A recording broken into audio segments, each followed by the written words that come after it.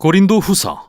이 책은 우리가 가진 성경에서 후서 또는 두 번째 서신으로 불리지만 사실 그 속에는 바울이 고린도 교회에 그보다 많은 서신을 보냈다는 단서가 여럿 있습니다. 이전에 바울은 선교 여행을 통해 고린도에 이 예수 공동체를 설립했는데요. 자세한 이야기는 사도행전 18장에 잘 나와 있죠. 그 후 바울은 그곳이 문제를 겪고 있다는 소식을 전해 듣게 됩니다. 그래서 그는 문제들을 해결하기 위해 우리가 고린도전서라 부르는 서신을 보냈는데 많은 교인이 그의 가르침을 거부하고 그의 권유에 반기를 들었던 것으로 보입니다. 고린도 후서에는 이 때문에 근심의 방문이라 불린 바울의 개인적인 방문 사실이 나옵니다. 그 후 애통한 마음과 많은 눈물로 쓴 서신을 보내기도 했고요.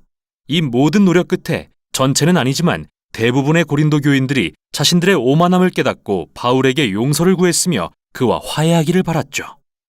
이에 바울은 그의 사랑과 헌신을 확신시키기 위해 이 서신을 썼습니다. 이 서신은 크게 세 단락으로 나누어지며 각기 다른 주제를 다룹니다. 바울은 먼저 그와 고린도 교회 사이에 화해를 이룹니다. 8장과 9장에서는 미뤄지고 있는 구제 문제를 다룹니다. 그리고 마지막 단락에서는 여전히 그를 거부하는 일부 교인들을 향해 권면합니다. 자, 그럼 이제부터 자세히 살펴보죠. 바울은 자비와 위로의 하나님을 찬양하며 서신을 시작합니다. 그와 고린도 교회가 분열과 분쟁을 겪는 동안 평안과 격려를 허락하신 하나님께 감사를 드립니다. 그는 일명 근심의 방문 이후 긴장을 늦출 수 없었다는 사실을 인정합니다. 또한 그들을 용서했으며 솔직하고 진실한 관계를 갖고 싶다는 마음을 밝힙니다. 그런데 애초에 그들은 왜 바울을 거절했던 걸까요? 이 서신을 더 읽다 보면 그들이 바울을 지도자로서 인정하지 않았다는 게 드러납니다. 그는 가난했습니다. 육체 노동으로 겨우 생계를 유지했죠. 또한 박해와 고난이 그를 떠나지 않았고 자기 집도 없었습니다. 더욱이 그는 대중연설가로서 그리 훌륭하지 않았습니다. 그래서 그보다 부유하고 인상적인 교회 지도자들을 접한 고린도 교인들은 그 후로 그를 낮추어 보기 시작했습니다. 사실 그를 부끄럽다고 여겼죠.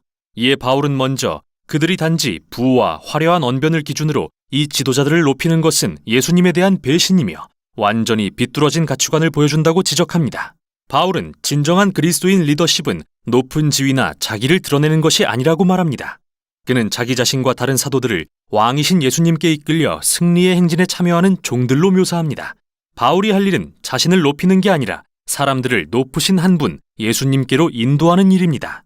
그러고 나서 바울은 최근 고린도 교인들이 그의 권위와 자격을 입증할 추천서를 요구했음을 암시하는 말을 합니다. 바울에겐 정말 말도 안 되는 소리입니다. 그가 아니면 이 교회는 존재하지도 않았을 테니까요. 그래서 그는 그들이야말로 자신이 참된 지도자라는 증거이자 추천서라고 말하는데요. 그는 재치 있게 예레미야와 에스겔 선지자의 말을 인용해서 하나님의 영이 그들의 마음에 자신에 대해 새 언약의 일꾼으로서 추천서를 써주셨다고 설명하죠. 고린도 교인들은 이 외에 어떤 증거도 필요하지 않습니다. 여기서 바울의 새 언약에 대한 언급은 두 언약에 대한 긴 비교로 이어집니다. 모세를 통해 맺은 하나님과 이스라엘 사이의 옛 언약, 그리고 예수님과 성령을 통해 맺은 하나님과 고린도 교인들 사이의 새 언약이 그것이죠. 시내산에서 받은 옛 언약은 실로 영광스러웠습니다. 모세의 얼굴이 하나님의 영광으로 빛났습니다. 비록 사라질 광채였지만요. 말할 것도 없이 그 언약의 율법은 이스라엘을 진정으로 변화시킬 능력이 없었습니다. 그러나 이에 비해 새 언약은 훨씬 더 영광스럽습니다. 부활하신 예수님은 하나님의 영광의 본체이시며 영원히 살아계시기 때문이죠. 또한 그분의 영이 지금도 사람들을 더욱 신실하게 변화시키고 계십니다. 바로 예수님처럼 말이죠. 놀라운 소식이 아닐 수 없습니다. 과연 누가 하나님의 영광에 참여하고 싶지 않을까요? 그러나 바울은 이어서 십자가의 역설이 어떻게 고린도 교인들의 영광과 성공에 대한 생각을 뒤집어 놓는지 알려줍니다. 결국 예수님이 왕으로서 영광스럽게 높임받으신 건 고난과 십자가형 그리고 죽음을 통해서였습니다. 십자가에서 예수님은 하나님의 구원을 드러내셨고 인류와 하나님의 화해를 위해 세상의 죄를 지고 죽으셨죠.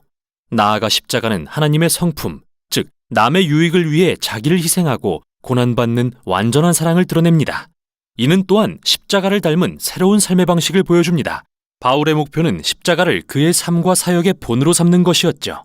비록 그의 사도직이 겸손과 고난과 가난으로 대변되기는 하지만 그것 모두 고린도 교인들을 섬기기 위해서였습니다. 그러므로 그들이 바울의 가난과 고난을 못마땅히 여긴다면 예수님도 그렇게 여기는 게 됩니다. 실제로 바울의 삶의 방식과 리더십은 그가 십자가에 달리시고 부활하신 예수님을 진정으로 대변한다는 증거입니다. 그는 진심으로 고린도 교회와 화해하길 원하지만 그들이 변화되어 이 십자가의 역사를 받아들이는 것이 우선이라고 생각합니다. 열정적인 호소를 마친 바울은 이제 미뤄지고 있는 구제 문제를 다룹니다. 당시 예루살렘의 유대인 그리스도인들은 기근으로 가난에 허덕였습니다. 그래서 바울은 새로 개척한 이방인 중심의 교회들로부터 헌금을 모으던 중이었죠. 그들은 모두 예수 그리스도 안의 연합의 상징으로서 구제 물품을 보냈고 많은 교회가 기쁜 마음으로 참여했습니다. 그러나 바울과 갈등을 겪고 있던 고린도 교회는 모금이 부진한 상태였고 바울이 볼 때 이는 단지 돈의 문제가 아니라 고린도 교인들이 그리스도의 복음으로 변화되지 않았다는 또 다른 신호였습니다. 복음의 본질은 관대함에 대한 것이기 때문이죠. 여러분은 우리 주 예수님의 관대한 은혜를 알고 있습니다. 그리스도께서는 부요하나 여러분들을 위해서 가난하게 되셨습니다. 그것은 그의 가난으로 여러분을 부요하게 하시려는 것입니다. 바울은 금전적 비유를 들어 복음을 이야기하고 있습니다. 예수님은 그분의 영광스러운 명예와 부요를 포기하시고 가난한 종의 모습으로 죽기까지 낮아지셨습니다. 죄와 사망으로 가난해진 자들을 높이시고 하나님의 풍성한 은혜를 통해 부요케 하시기 위해서 말이죠. 그리스도인이 된다는 것은 이 복음을 마음 깊이 새겨서 더욱 관대하게 자신의 삶과 소유를 기꺼이 나누어 남을 돕는 사람으로 변화되는 것을 의미합니다. 마지막 단락에서 바울은 고린도 교회와의 갈등의 주요 원인인 거짓 지도자들, 그가 슈퍼 사도들이라고 비꼬아 부르는 자들의 초점을 맞춥니다. 이들은 고린도로 건너와 자기를 높이면서 바울을 가난하고 실패한 지도자라고 비방하고 다녔죠. 이에 바울은 자랑처럼 들리는 것을 무릅쓰고 말합니다. 저들이 정말 자격을 비교하고 싶은가 보죠? 그는 그들보다 뒤질 게 전혀 없습니다. 히브리 성경 전문가라고요. 바울도 그렇습니다. 그는 다름 아닌 바리새인이었습니다. 즉 성경 전체를 암기했다는 말이죠. 예수님에 대한 뛰어난 지식을 자랑한다고요. 바울은 실제로 부활하신 예수님을 만나 시간을 보냈고 예수님이 계신 하늘에 올라가는 환상도 경험했습니다. 그러나 무엇보다도 바울은 일생을 예수님을 전하는 데 바쳤습니다. 그는 안락과 안정을 포기했고 고린도 교회에 절대 돈을 요구하지 않았습니다. 큰 돈을 요구한 거짓 사도들과는 달리 스스로 생계를 유지했습니다. 하지만 바울은 이러한 업적을 자랑하지 않겠다고 말합니다. 이런 것들은 그리스도인에게 전혀 중요한 게 아니기 때문이죠. 대신 그는 자신의 흠과 약함을 자랑하겠다고 말합니다. 그의 부족함 가운데 예수님의 사랑과 자비가 발견되기 때문이죠. 예수님이 바울에게 내 은혜가 내게 족하다, 내 능력이 약한 데서 완전하게 된다 라고 하신 것처럼요. 바울은 고린도 교회를 향한 엄중한 경고로 서신을 마칩니다.